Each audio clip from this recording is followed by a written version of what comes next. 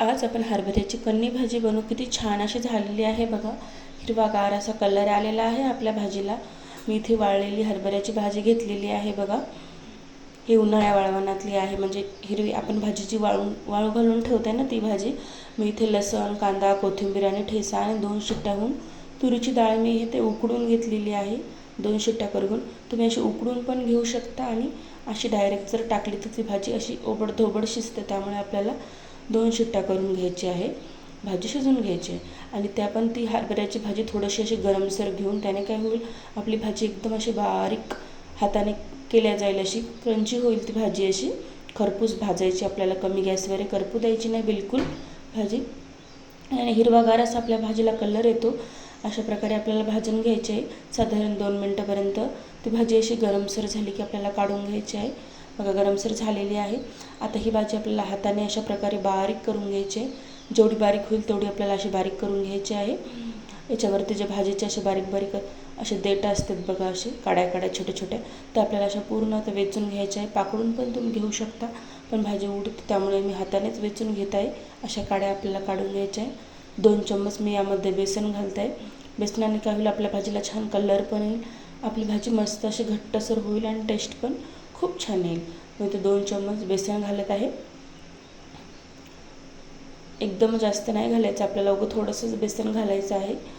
भाजी आपली आळण्याकरिता थोडंसं घट्टसर होते, त्यामुळे 2 चम्मच तेल घातलेलं आहे।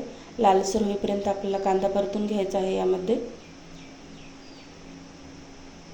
एक वेळेस नक्की तुम्ही अशा प्रकारे भाजी बनवून बघा, खूप छान लागते।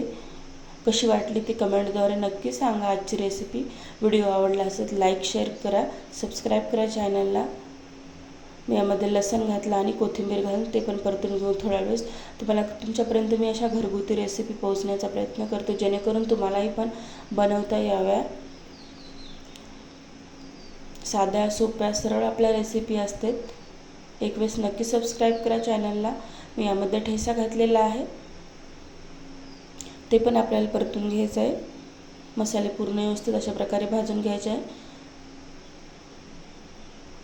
तर यामध्ये आपण हळद, मीठ घालून घेऊ आणि या भाजीला ठेचाच टाका शक्यतो, ठेच्यानेच खूप छान अशी भाजी लागते। ते पण आता थोडा वेळ आपण असं परतून घेऊ, भाजून घेऊ।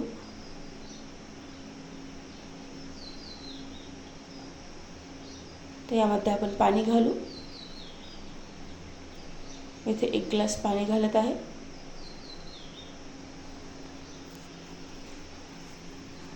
तीन ते 4 जणांपर्यंत भाजी ही पुरी होते। 1 ग्लास पाणी घातलेलं आहे।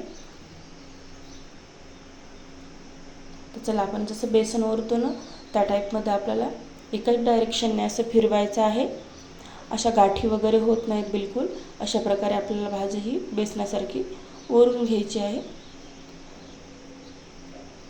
थोडी पातळ वाटते, आपण आणखीन थोडीशी टाकू अशा प्रकारे। बघा किती छान आपली भाजी रेडी झालेली आहे। किती छान असा कलर आलेला आहे आपल्या भाजीला।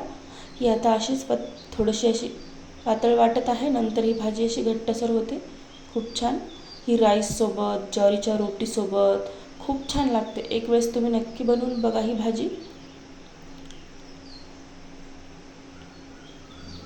बघा अशी घट्टसर झालेली आहे बघा। आता ही थंड झाल्यानं खूप छान होते घट्ट अशी। व्हिडिओ आवडला असेल तर नक्की एक लाईक करा।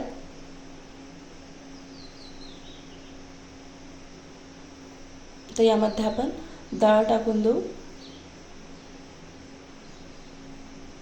तर 2 ते 3 मिनिटं आपल्याला ही भाजी शिजू द्यायची आहे। आपली डाळ शिजलेलीच आहे, त्यामुळे आपल्याला जास्त वेळ नाही लागणार। कोथिंबीर घालू भरपूर यामध्ये। बघा किती छान आपल्या भाजीला असा कलर आलेला आहे हिरवागार। 3 मिनिटं झालेली आहे। मी इथे गॅस बंद करून घेते। एक वेळेस नक्की अशा प्रकारे तुम्ही बनवून बघा भाजी।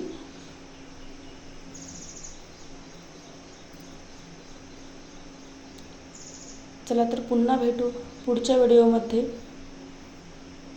किती छान आपली भाजी झालेली आहे बघा।